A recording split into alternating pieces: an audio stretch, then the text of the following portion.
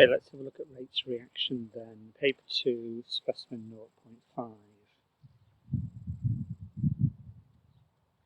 So for a rate of reaction, if you're trying to work out the rate equation, rate equals K, A to the power of something, B, concentration power to the power of something, if A and B are the reactants, the concentrations of the reactants, then you need to do an experiment or a set of experiments. So we've got some sets of experiments here so that we can work out the rate equation. We're asked to work out the power with respect to A and the power with respect to B, which is the order with respect to A or the order with respect to B.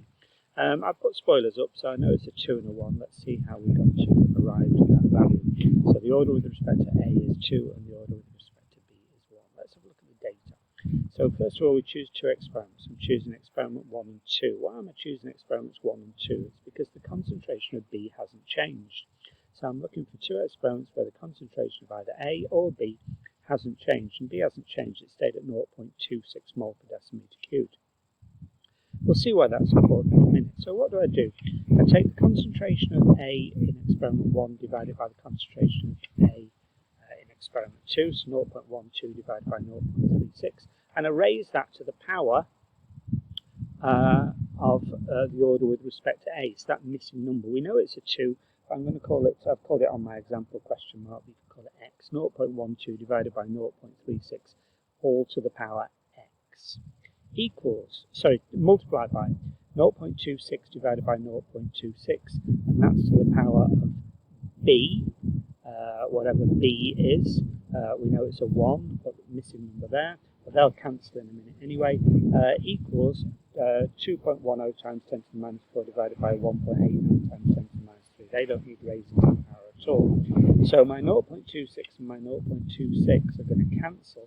So I'm left with 0.12 divided by 0.36 to the power unknown equals 2.10 times 10 to the minus 4 divided by 1.89 times 10 to the minus 3. Now to make the numbers easy, I can flip them. I can flip everything if I wanted to.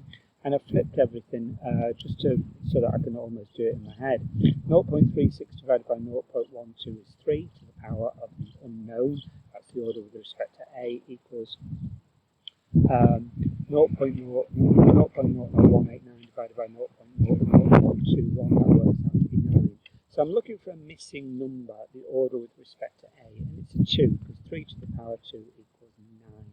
There's only 3 numbers, 0, 1, or 2, that the order with respect to one of the reactants can be. So if it's not a 0, a 1, or a 2, you've got it wrong. It can actually be a 0.5 as well, but it's between 0 and 2, with the occasional one that I've seen as order with respect to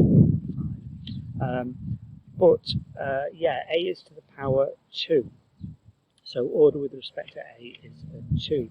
Then what you do is you do the same thing again for the other two experiments. 0.36 divided by 0.72 to the power of 2. We now know that's to the power of 2 because order with respect to A is to the power of 2 equals 0.26 divided by 0.13 to the power of whatever B is. We know it's a 1 because I've told you that on the spoilers, but we don't know just yet. 1.89 times 10 to the minus 3 divided by 3.78 times 10 to the minus 3, and they're not raised to any power at all.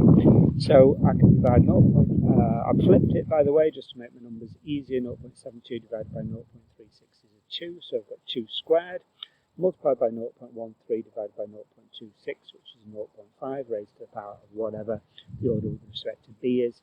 0.00378 divided by 0.00189 is a 2. So 2 squared is 4. 4 multiplied by 0.5 to the power of whatever order with respect to B is equals 2. Divide both sides by 4, so 0.5 to the power of unknown is 2 divided by 4 is 0.5. So that missing number is a 1. Remember, something to the power 0 is always 1. Something to the power 1 is always itself. Something to the power of 2 is that number squared. Let's have a look at the next one now. Right, this one, we've got some data. It says work out K, work out the rate constant K. So I'm going to take experiment 4 where I've got a full set of data. So I've got the rate equals K, which is unknown, concentration of C to the power of 2 and concentration of D to the power 1. So I'm just going to plug the numbers in and work out k. On the mark scheme, I think it says 57.0. I prefer actually just to be 57 because I'm looking at significant figures, and everything's to two significant figures, so I'd prefer k as 57, but they're allowing 57.0. Okay, really generous. Okay, well, let's have a look at units of k. Now, units of k change, so you need to work it out. Now, rate is in mole divided by decimeter cube, but also divided by seconds. It's concentration, or change in concentration over time. That's what rate is. How concentration, mole per decimeter cube, changes every second. So you need a second on the bottom equals k, the rate constant. We don't know that, that's what's working out. We've got c squared multiplied by d, so we've got two concentrations, c squared multiplied by another concentration, d, so we've got mole divided by decimeter cube is the units of concentration 3 times over. Take the decimeter cube from the bottom on one side onto the top on the other, moles, the top on one side down onto the bottom on the other. So I can cancel moles and cancel some decimeter cube, and end up with decimeter cube on the top divided by mole on the bottom, and seconds still on the bottom. They're the units of k. Mole per decimeter cube multiplied by mole per decimeter cube. So you add the two 3's together. For indices, if you've got something to the power of 3, so for example another something to the power of 3, you add the two 3's together, so that becomes decimeter to the power 6. The seconds on the bottom, that's the power 1, so if I bring it to the top and put it into standard form, it becomes seconds to the minus 1. And I've got 2 moles on the bottom, that's mole squared on the bottom, or mole to the minus 2, I'll bring it to the top. They can be in any order, by the way. Mole to the power 6s to the minus 1, mole to the power minus 2, or you can switch those around. It doesn't really matter which way round they are. Calculated value for the initial rate in experiment 5. I'm hoping it says the temperature doesn't change. Yes, it says constant temperature. So my rate constant K stays the same. Rate constant K only changes if temperature changes. So for experiment 5, I've got a missing piece of data, which is the initial rate, but I have got the rate constant K, and it must be the same between experiments 4 and 5 because the temperature stayed the same. So I don't know my rate, but I've got all the other numbers, 57, 0.036, 0.036, 0.054 from the table, and I work out my rate. It's 3.99 times 10 to the minus 3. Question 1.4.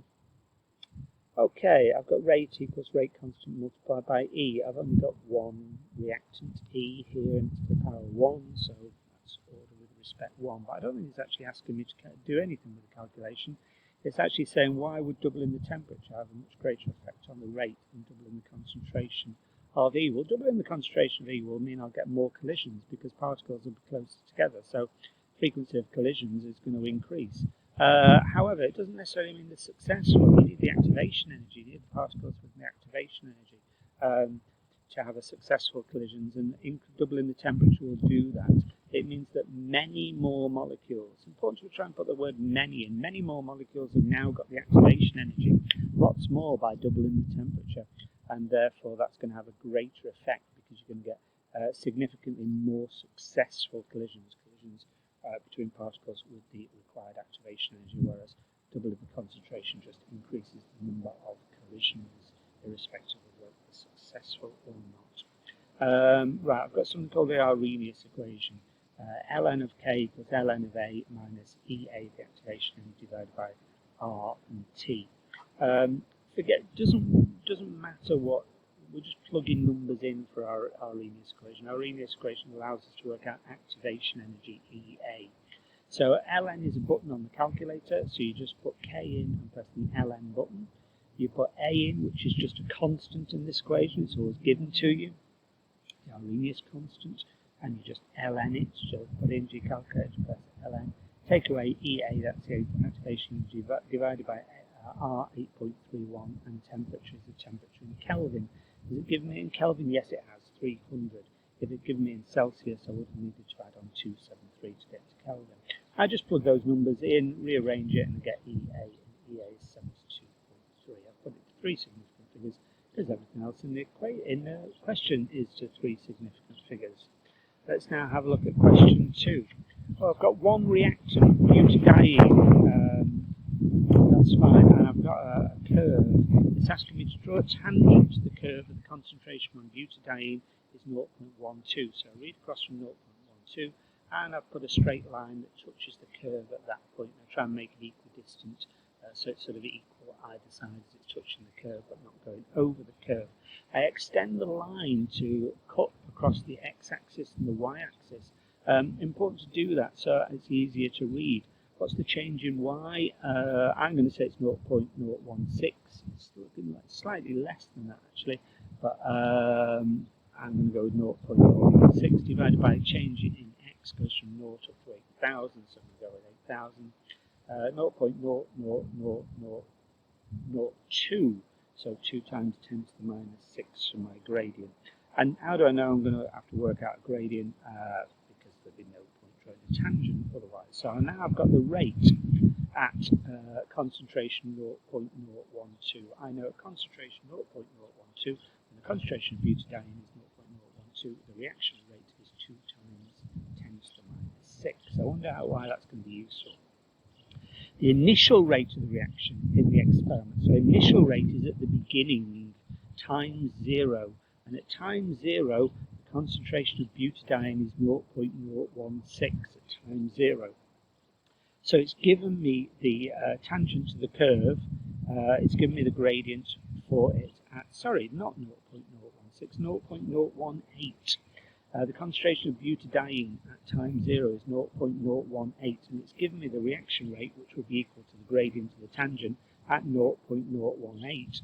So I know at concentration 0.018, which is the initial concentration of butadiene, it says that the reaction rate was 0.000457, 4.57 times 10 to the minus 6. And I know from the work that I've just done by drawing the tangent at concentration 0.012 that the rate there, which equals the gradient of the tangent, is 2 times 10 to the minus 6. So now I've got a set of data. Between those two experiments, I've only got one reactant.